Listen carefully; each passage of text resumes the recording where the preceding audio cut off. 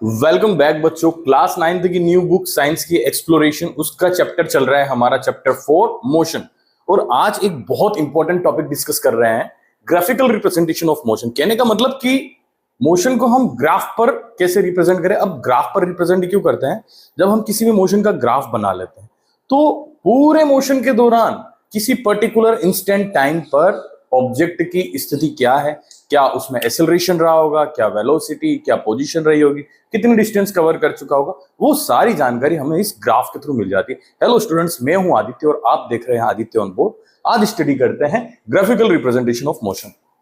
ये वीडियो है class 9th के पर्सपेक्टिव से। अगर आप 11th क्लासेस के अकॉर्डिंग सोच रहे हैं तो उसके लिए एडवांस वीडियो में बाद में बना दूंगा। ठीक है, आज इस टॉपिक में हमें पढ़ना क्या क्या है। एक तो पढ़ना है हमें पोजीशन टाइम ग्राफ,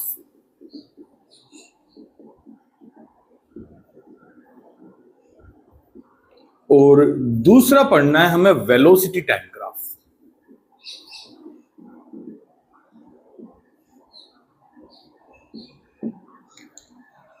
अब भाई, पोजीशन टाइम ग्राफ क्या होता है और वेलोसिटी टाइम ग्राफ क्या होता है, इन दोनों पर्सपेक्टिव पर बात करेंगे। ठीक है, आपने जनरली ग्राफ तो देखे होंगे। ग्राफ कैसे होते हैं, ऐसा कुछ हम ग्राफ बनाते हैं। ठीक है, अब ज्यादा डिटेल्स नहीं दूंगा क्योंकि आप सभी जानते हैं ग्राफ के बारे में। ये एक्स एक्सिस होता है, ये वाई एक्सिस होता है, जहां पर ये दोनों मिलते हैं उसे हम ओरिजिन कहते हैं। ठीक है, तो स्टार्ट करते हैं। सबसे पहले आज का हमारा टॉपिक पोजीशन टाइम ग्राफ। इसी पोजीशन टाइम ग्राफ को और भी कुछ नामों से जाना जाता है, जैसे कि इसी को हम डिस्प्लेसमेंट टाइम ग्राफ भी कहते हैं और इसी को हम डिस्टेंस टाइम ग्राफ भी कहते हैं। कोई ज्यादा विशेष फर्क नहीं है, लगभग लगभग सभी बराबर है।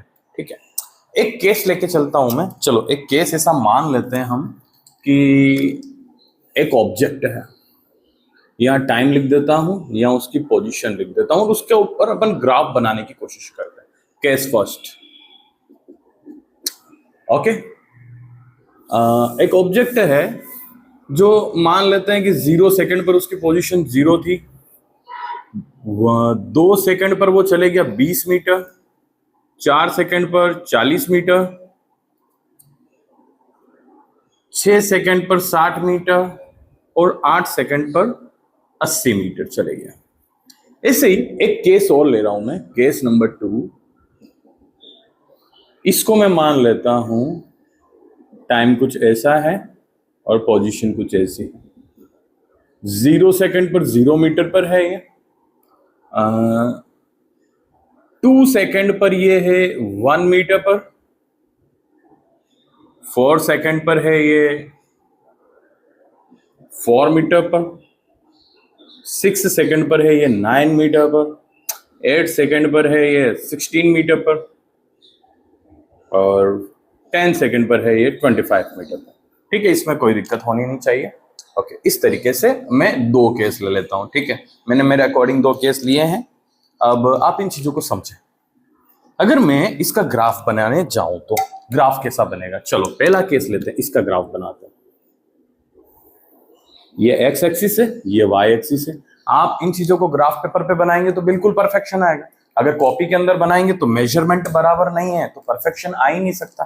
ठीक है, अब सबसे पहले देखो एक्स एक्सिस पर क्या रिप्रेजेंट किया जाता है और वाई एक्सिस पर क्या रिप्रेजेंट किया जाता है। नियम के हिसाब से जो इंडिपेंडेंट क्वांटिटीज होती है, जो किसी पर डिपेंड नहीं करती, उन्हें एक्स एक्सिस पर ले लो और जो कहीं डिपेंडेंट है उन्हें वाई एक्सिस पर ले लो। देखो, 2 चीजों के बीच में ग्राफ बन रहा है, टाइम के बीच में और पोजीशन के बीच में। इनमें से कौन इंडिपेंडेंट है, मतलब किसको फर्क नहीं पड़ता? तो टाइम को फर्क नहीं पड़ता।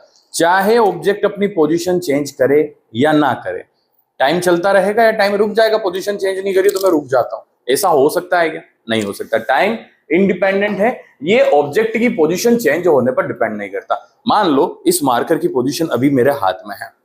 ठीक है, अब टाइम तो चल रहा है, इसकी पोजीशन बदल रही है? नहीं बदल रही है, मगर टाइम चलते जा रहा है तो टाइम इसकी पोजीशन पर डिपेंड नहीं कर रहा है। अब इसका पोजीशन चेंज होना क्या टाइम पर डिपेंड करता है? तो ऑब्वियसली टाइम पर डिपेंड करता है। ये अगर एक ही स्पीड से चलता गया तो जितनी देर बाद देखेंगे इतना ज्यादा दूर चले जाएगा। तो कहीं ना कहीं पोजीशन जो है टाइम के ऊपर डिपेंड कर रही है, डिपेंडेंट क्वांटिटी है, और टाइम जो है इंडिपेंडेंट है। इसलिए टाइम को हम एक्स एक्सिस पर लेंगे और पोजीशन को वाई एक्सिस पर लेंगे। इतनी बात ध्यान रखना है। ठीक है, टाइम के मैं मार्क्स करता हूं, ये तो ओरिजिन है, दोनों के 0 यहां पर रहेंगे। 2 4 6 8 बराबर बराबर डिस्टेंस का ट्राई करके 2 4 6 8 कुछ ऐसा बना लेते हैं। ओके, सेम वाई एक्सिस के लिए 0 यहां है, let it is 20 metre, 40 metre, 60 metre, 80 metre. अब जब ये लिख दिया है तो अब यहां पर शो करना है हमें इट इज टाइम, काय में है इन सेकेंड्स, ये क्या है पोजीशन है, काय में है इन मीटर्स। ओके, इतनी बात आप सब जानते हैं, ठीक है। अब बात करते हैं इसकी। तो जब टाइम 0 था तो पोजीशन क्या थी, 0 थी, तो इसको मैं मार्क कर लेता हूं यहां पर, ये मार्क हो गया, एक तो ये पॉइंट है।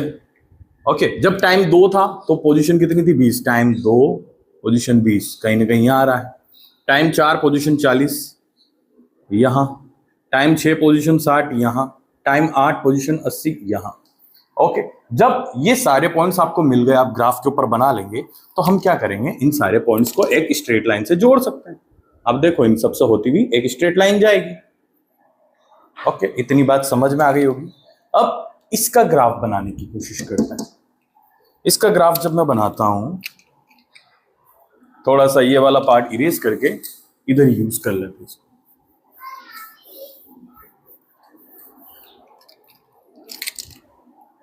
Position in metres. ओके, अब ये आप ग्राफ देखें एक और, it is X axis, it is Y axis, it is origin, let 2 4 6 8 10 ऐसा कुछ मेजरमेंट आएगा। टाइम को ये सर रिप्रेजेंट कर दिया मैंने, और सिमिलरली पोजीशन के लिए 0 0। अब मैं एक काम करता हूं, यहां पर 5 5 5 5 का इंटरवल लेके चलता हूं, 5, क्योंकि देखो 25 है, 5 भी ज्यादा हो जाएगा, मैं करता हूं 4 का, 4 8 12। इंटरवल सभी का बराबर बराबर लेना, स्केल का नॉलेज होगा आपको। 16 20 25 24 सॉरी, देन 28। ओके, मार्क करते हैं। जब टाइम 0 सेकंड था तो पोजीशन भी क्या थी, 0 मीटर थी, लेट इट इज 0। जब टाइम 2 सेकंड है, पोजीशन कितना था, 1 मीटर, तो 4 से तो काफी कम है, 1 लगभग यहां पर होना चाहिए। ओके, समझ में आ रहा होगा। जब टाइम हमारा 4 सेकंड था तो डिस्टेंस कितनी थी, 4 मीटर, तो हम लगभग 4 के सामने 4 पर आ गए। ओके, कोई प्रॉब्लम नहीं। जब टाइम 6 सेकंड है तो डिस्टेंस कितनी, 9, 8 से थोड़ा सा ऊपर जाना पड़ेगा, 8 से थोड़ा सा ऊपर यहां चले गया मैं। ओके, आप लोग यहां देख सकते हैं 8, जब टाइम 8 सेकंड है, डिस्टेंस कितनी है, 16, तो ये 16 यहां हो गया। जब टाइम मेरा 10 सेकंड है, डिस्टेंस कितनी, 25, 24 हो गया, जस्ट ऊपर, यहां कुछ आ जाएंगे। आप बना के देखना। अब क्या ये जो पॉइंट्स बने हैं, इनसे एक स्ट्रेट लाइन पास हो सकती है क्या, तो आंसर है नहीं हो सकती। ठीक है, आप कितनी भी कोशिश कर लो। तो मैं क्या करूंगा, एक कर्व बनाने की कोशिश करता हूं। कुछ इस तरीके का कर्व बन रहा है। ओके, इतनी बात समझ में आई होगी। यहां पर हम एक चीज देखेंगे, यहां पर क्या है, अगर लाइन स्ट्रेट लाइन बन रही है, ठीक है, इस पॉइंट को मैं देखता हूं कि जब 2 सेकंड है, टाइम 2 सेकंड हो गया, तो डिस्टेंस कितना चला गया, 20 मीटर चला गया। यहां से यहां तक आने में टाइम कितना लगा, 2 सेकंड लगा, यहां से यहां तक। ओके, तो डिस्टेंस यहां से यहां तक कितनी कवर करी है, 20 मीटर कवर करी। ये बात ठीक है।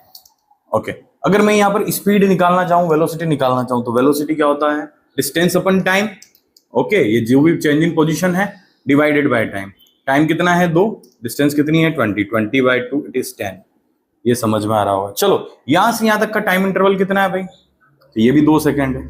इस टाइम इंटरवल में यहां से यहां आया, मतलब कितनी डिस्टेंस कवर करी, 40 में से 20 गया, तो फिर से 20 बाय 2।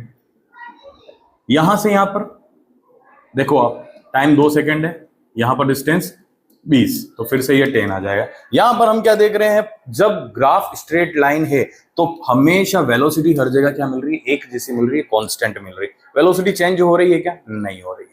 ठीक है, यहां देखो, जब टाइम 0 सेकंड है तो डिस्टेंस कितना बड़ा है, 1, तो यहां पर वेलोसिटी 1/2 मतलब 0.5 मीटर पर सेकेंड।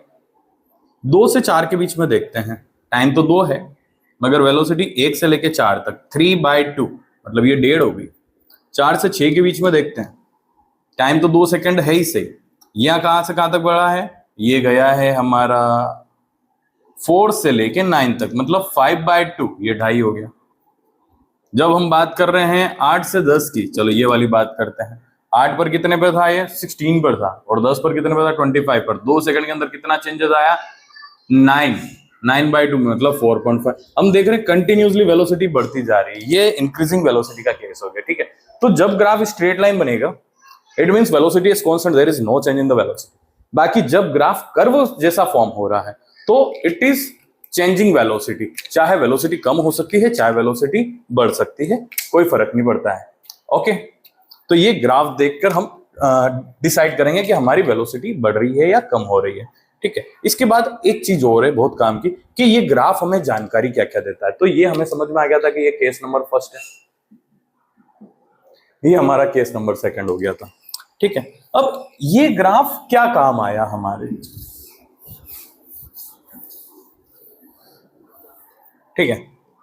अगर मैं यहां पर कोई 2 पॉइंट्स ले लेता हूं, मान लेते हैं एक पॉइंट ले लिया मैंने ए, एक पॉइंट ले लिया बी, 2 पॉइंट ले लिया। अब मैंने इन दोनों पॉइंट के लिए क्या करना है कि हॉरिजॉन्टल लाइंस बना देनी है एक्स एक्सिस के पैरेलल, बना दी, और वर्टिकल लाइंस बना देनी है वाई एक्सिस के पैरेलल, बन गई। बीच में क्या नजर आया, एक ट्राइंगल नजर आया। ओके, लेट जो ट्राइंगल का पॉइंट है ये सी है। अब यहां ध्यान दो आप, ये ट्राइंगल आपको कुछ ऐसा नजर आ रहा होगा, बी सी ए। चलो, ए एक्स एक्सिस में कहां पर है, 4 पर, और सी कहां पर है, 6 पर। यहां एक्स एक्सिस का 4 है, यहां 6 है। बीसी के लिए वाई एक्सिस को देख लेते हैं, बी कहां पर है, 60 पर, सी कहां पर है, 40 पर। यहां कहीं ना कहीं 60 और 40 है, ये सी 40 पर है और बी 60 पर है। ओके, इतनी बात समझ में आ गई होगी। आप यहां देखो, यहां वाई एक्सिस किस चीज को रिप्रेजेंट कर रहा था, पोजीशन को। तो यहां से यहां तक कितना पोजीशन चेंज हुआ, it is 20। Change in position क्या कहलाता है भाई, डिस्प्लेसमेंट कहलाता है। इनका डिस्प्लेसमेंट कितना हो गया, 20। यहां पर देखो आप, ये क्या है, टाइम चेंज हो रहा है, 4 था 6 हो गया, कितना चेंज हुआ, change in time, del T. Change को मैंने कल बताया था वीडियो के अंदर आपको, पिछले वीडियो में, कि डेल चेंज के लिए अपन लगाते हैं। तो चेंज इन टाइम लिखने के लिए मैं डेल टी लिख रहा हूं, कितना चेंज हो रहा है, 4 था 6 हो गया, चेंज कितना है, 2 सेकंड का। तो डेल टी कितना आ गया भाई, 2 सेकंड आ गया। इतनी बात आपको समझ में आ गई होगी, ठीक है। अब यहां देखो, ये डिस्प्लेसमेंट है और ये time, BC by AC, it means displacement by time. Velocity की डेफिनेशन क्या होती है भाई, डिस्प्लेसमेंट अपन टाइम ही तो होती है। तो कुल मिला के हम ये कह सकते हैं कि ये जो बीसी और एसी का रेशियो है, ये हमें क्या बताता है, ये बताता है हमें वेलोसिटी को बताता है, ठीक है। ये बीसी बाय एसी को हम कहेंगे slope of line A B, याद रखना पड़ेगा। ये बीसी बाय एसी क्या कहलाएगा, ये बीसी बाय एसी क्या कहलाएगा, इस ए बी लाइन का स्लोप कहलाएगा। तो ये ए बी का slope, it means BC by AC क्या रिप्रेजेंट कर रहा है, मेरा वेलोसिटी को रिप्रेजेंट कर रहा है। तो मैं कुल मिला के एक कंक्लूजन निकाल सकता हूं यहां पर। कंक्लूजन क्या है, स्लोप ऑफ कर्व। कौन सा कर्व है ये, पोजीशन टाइम ग्राफ है ये। तो पोजीशन टाइम ग्राफ को जनरली एक्स टी कर्व या वाई टी कर्व बोलते हैं हम, ठीक है। Slope of curve represents velocity. तो इस ग्राफ से हमें क्या क्या जानकारी मिल रही है, एक जानकारी मिल रही है, जैसे मेरे पास जो नंबर्स थे उसमें मुझे ये पता था कि 2 सेकंड पर कितना था, 4 सेकंड पर कितना था, 6 सेकंड पर कितना था। क्या मेरे पास 3 सेकंड की वैल्यू थी क्या, नहीं थी। ये 3 सेकंड यहां होगा कहीं ना कहीं, तो 3 सेकंड पर मोशन कितना रहना चाहिए, लगभग 20 और 40 के बिल्कुल बीचों बीच होगा। तो कितना हो जाएगा, 30 मीटर, ये कुछ पोजीशन हो जाएगी। तो ग्राफ से मैं क्या कर सकता हूं, उस ऑब्जेक्ट की किसी भी इंटरमीडिएट टाइम पर पोजीशन बता सकता हूं। साथ ही में जो ये कर्व है, इस कर्व का जो स्लोप मतलब बीसी बाय एसी, ये मुझे क्या बताएगा, वेलोसिटी बताएगा। इतनी बात समझ में आनी चाहिए। अब अगला बताने वाले हैं वेलोसिटी टाइम ग्राफ। अब वेलोसिटी टाइम ग्राफ भी लगभग वैसा ही है डिस्प्लेसमेंट टाइम ग्राफ जैसा। क्यों है, क्योंकि अभी भी टाइम हमारा इंडिपेंडेंट है, वेलोसिटी टाइम के ऊपर डिपेंड कर रहा है। चलो इसका एक ग्राफ बना के देखते हैं और कुछ एक केस लेके देखते हैं। सबसे पहले तो एक केस मान लेते हैं। एक गाड़ी मेरी चल रही है 40 की स्पीड से, कब से लेके कब तक? जब मैंने स्टॉप वॉच चालू करी वहां से देख रहा हूं मैं, स्टॉप वॉच में मेरा काउंट होता जा रहा है, अभी टाइम 0 है। पूरा 1 मिनट देख लिया मैंने, 0 पर देखा, 10 सेकंड पर देखा, 20 सेकंड पर देखा, 40 सेकंड, 60 सेकंड तक ऐसे आ गया मैं, पूरा 1 मिनट तक मैंने उसको ऑब्जर्व करा। स्पीड क्या थी उसकी? 40 की 40 थी। इसका ग्राफ बनाते हैं, ठीक है। तो इसका ग्राफ किस तरीके से बनेगा? ये 2 एक्सिस, ठीक है। अब स्टॉप वॉच कहां से चालू करी थी? 0 से चालू करी थी। हर 10 सेकंड के लिए बात कर रहा हूं, 10 second, 20 second, 30 second, 40 second, 50 second, 60 second, और आगे तो बंद कर दी थी। तो बंद कर दी तो आगे लिखूं क्यों? ठीक है। स्पीड कितनी थी? 10, 20, 30, 40, 50, इस तरीके से। तो हमने क्या देखा? हमारा ये ऑब्जर्वेशन था कि हमने गाड़ी पर बैठे हुए थे, हम गाड़ी चलाई, ठीक है। यहां पर एक्स एक्सिस पर मैं टाइम को शो कर रहा हूं, सेकंड्स में है, ये ध्यान रखोगे आप। और वहीं पर यहां पर मैं वेलोसिटी को शो कर रहा हूं, it is velocity in meter per second. Okay, कोई प्रॉब्लम नहीं। इट इज 40 स्पीड, 40 की स्पीड है, ठीक है। किलोमीटर पर आवर में कन्वर्ट करके बताना जरा कमेंट करके मुझे, अगर 40 मीटर पर सेकंड में है तो किलोमीटर पर आवर में कितना हो गया, ठीक है। बहुत बढ़िया। इसके बाद अब 40 पर हम देख रहे हैं इसको, ग्राफ कैसा बनना चाहिए? 10 सेकंड पर भी 40, 20 सेकंड पर भी 40, 30 पर भी 40, ऐसे 60 तक 40 ही रहेगी, मतलब एक स्ट्रेट लाइन आ जाएगा। इट मींस अगर वेलोसिटी टाइम ग्राफ में लाइन एक्स एक्सिस के पैरेलल है और स्ट्रेट है, तो हम क्या कहेंगे? द ग्राफ जिसके अंदर वेलोसिटी जो है मेरी कांस्टेंट है, फॉर कांस्टेंट वेलोसिटी।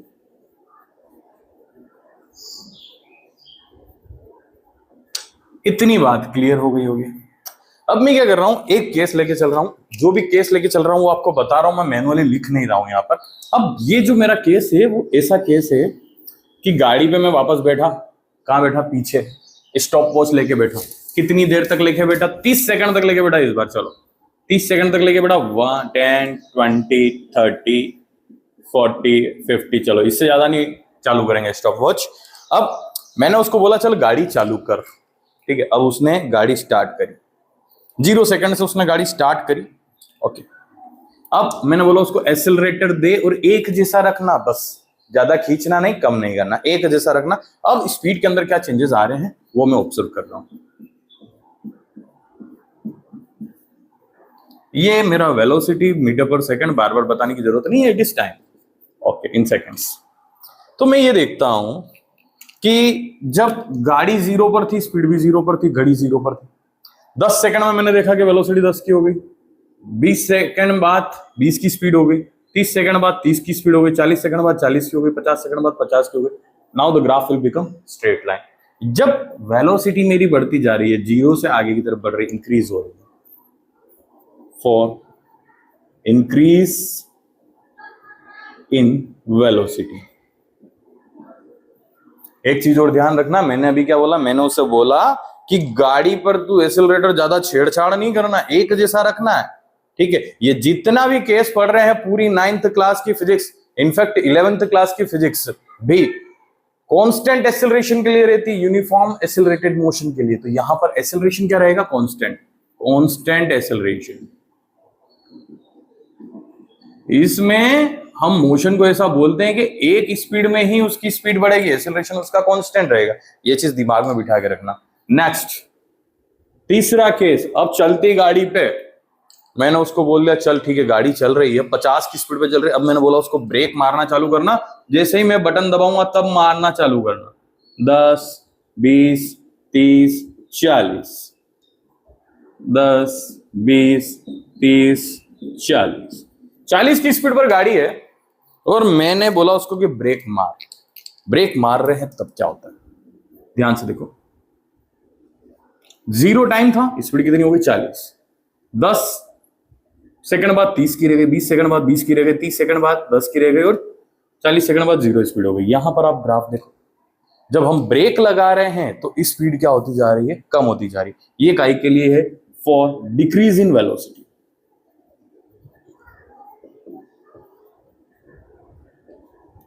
इतनी बातें समझ में आ गई होगी, कोई प्रॉब्लम नहीं हो रही होगी, ठीक है।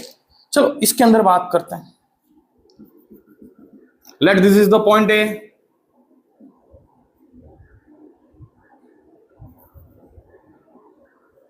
This is the point B. A B आपको फिर से नजर आ गया, ट्राइंगल ए बी। यहां ए है, यहां बी है, यहां सी पॉइंट मान ले, कोई दिक्कत नहीं होनी चाहिए, ठीक है। ओके, यहां से यहां तक का डिफरेंस कितना है? 40 से 20 तक का 20। यहां से यहां तक का डिफरेंस कितना है? ये भी 20 सेकेंड है, ठीक है। ये क्या है? Change in velocity. इस बार क्या चेंज हो रहा? पोजीशन चेंज नहीं हो रहा, वेलोसिटी चेंज हो रही है। और ये क्या है? Change in time, del T है ये। तो आपने देखा होगा change in velocity divided by change in time क्या बताता है? एक्सेलरेशन बताता है। तो इस बार स्लोप ऑफ कर्व, ये इसको क्या कहा जाएगा? बीसी बाय सी है। फिर से हमें नजर आ रहा है बीसी बाय सी है, change in velocity bye change in time. तो ये क्या बता रहा है? वेलोसिटी बता रहा है। ये बीसी बाय सी को क्या कहेंगे? अभी भी कहा था हमने, स्लोप ऑफ कर्व कहा था। It is slope of A B curve. तो एक पॉइंट तो ये हो गया कि डिस्टेंस टाइम ग्राफ का स्लोप ऑफ कर्व मुझे क्या बता रहा था? वेलोसिटी बता रहा था। वहीं पर वेलोसिटी टाइम ग्राफ का स्लोप ऑफ कर्व मुझे शो करेगा एक्सेलरेशन। ओके, ये सॉरी ये ए, कोई प्रॉब्लम नहीं होनी चाहिए इस बारे में। तो पहला पॉइंट तो क्या हो गया? Slope of curve represents acceleration. Second point, अब क्या और भी कोई रिश्ता निकाल सकते हैं इस ग्राफ के अंदर? और कोई जानकारी निकाल सकते हैं? देखो, किसी भी इंस्टेंट पर वेलोसिटी निकालनी है तो तरीका वही है, जैसे मैंने कह दिया 35 सेकंड पर बताओ मुझे क्या स्पीड है, तो यहां आ गए और मैंने स्पीड देख ली, इसके अंदर कितनी होगी? 35 की होगी, ठीक है। और कुछ ये हो सकता है कि आप एरिया अंडर द कर्व देखो, जैसे कि ये है ए बी के बीच में एरिया कितना है? ये एरिया कर्व के अंदर एरिया कितना है? ये area under the curve. This area under the curve shows displacement. काई के लिए डिस्प्लेसमेंट शो कर रहा है आपको। चलो मैं एक चीज बताता हूं, यहां पर एरिया कौन कौन सा आ रहा है? एक तो ये रेक्टेंगल नजर आ रहा होगा, समझो। एक तो भैया ये रेक्टेंगल है और एक ये ट्राइंगल है। एरिया अंडर द कर्व क्या है? Area of this two figures, ठीक है। ट्राइंगल का एरिया आप जानते हैं half of base into height, और रेक्टेंगल का एरिया आप जानते हैं लेंथ इंटू विड्थ। तो देखो, लेंथ में क्या है? टाइम है। विड्थ में क्या है? वेलोसिटी है। चलो, वेलोसिटी का फॉर्मूला क्या लिखते हैं? वेलोसिटी का फॉर्मूला लिखते हैं अपन डिस्प्लेसमेंट बाय टाइम। इन दोनों का मल्टीप्लाई होगा, वेलोसिटी इंटू टाइम, तब क्या निकलेगा? डिस्प्लेसमेंट। तो ये वेलोसिटी और ये टाइम, ये दोनों मल्टीप्लाई होकर क्या निकालेंगे? डिस्प्लेसमेंट। यहां पर भी देखो, हाफ ऑफ बेस की जगह क्या लिखूंगा मैं ट्राइंगल में? टाइम। और हाइट की जगह क्या लिखूंगा? वेलोसिटी। तो वेलोसिटी इनटू टाइम क्या निकलेगा? फिर से डिस्प्लेसमेंट। तो क्या बात समझ में आई? एरिया अंडर द कर्व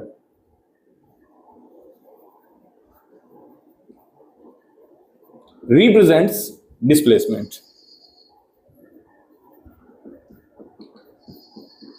ठीक है, ये दो इंपॉर्टेंट पॉइंट है जो आपको याद रखना ही रखना है।